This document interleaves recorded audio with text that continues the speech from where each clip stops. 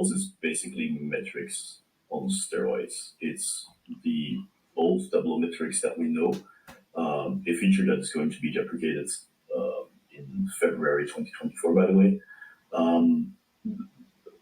plus together with a source of generative AI. So it's not only following up your metrics, it's also Tableau Cloud, because it's limited to cloud, will tell you what, in language, how your metrics have evolved. There are some limitations to it, which I think are important to keep in mind. First of all, it is cloud only, or Tableau Cloud or Tableau Online only. Your data needs to be based on, or your insights need to be based on a published data source, so no embedded data sources from another workbook, no combined data source. It needs to be a published data source with a time dimension, with a continuous measure, so that Tableau can do actually some analysis. It's always a time-based analysis that you're going to see. And it's also a bit of a curated experience, which means that someone, either your data person or your data engineer or whoever is in charge of the data source, needs to create metrics or KPIs, that your business users can access or can follow or can keep in scope. And Tableau positions it quite cleverly, I think, as a way for people to get access to their insights without leaving their current workflow. So it can be delivered to in an email format. It can also be posted daily or weekly directly in the DM in Slack. And it will, or the goal of a Pulse is to highlight important changes in whatever KPI or metric that you're following. Yeah.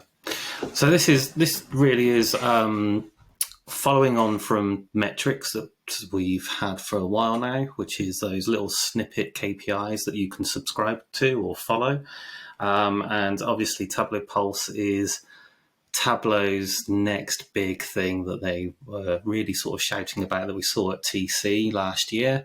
And I think it is now available in a beta format for companies that want to subscribe to that and join in that beta program and get hands-on with Pulse.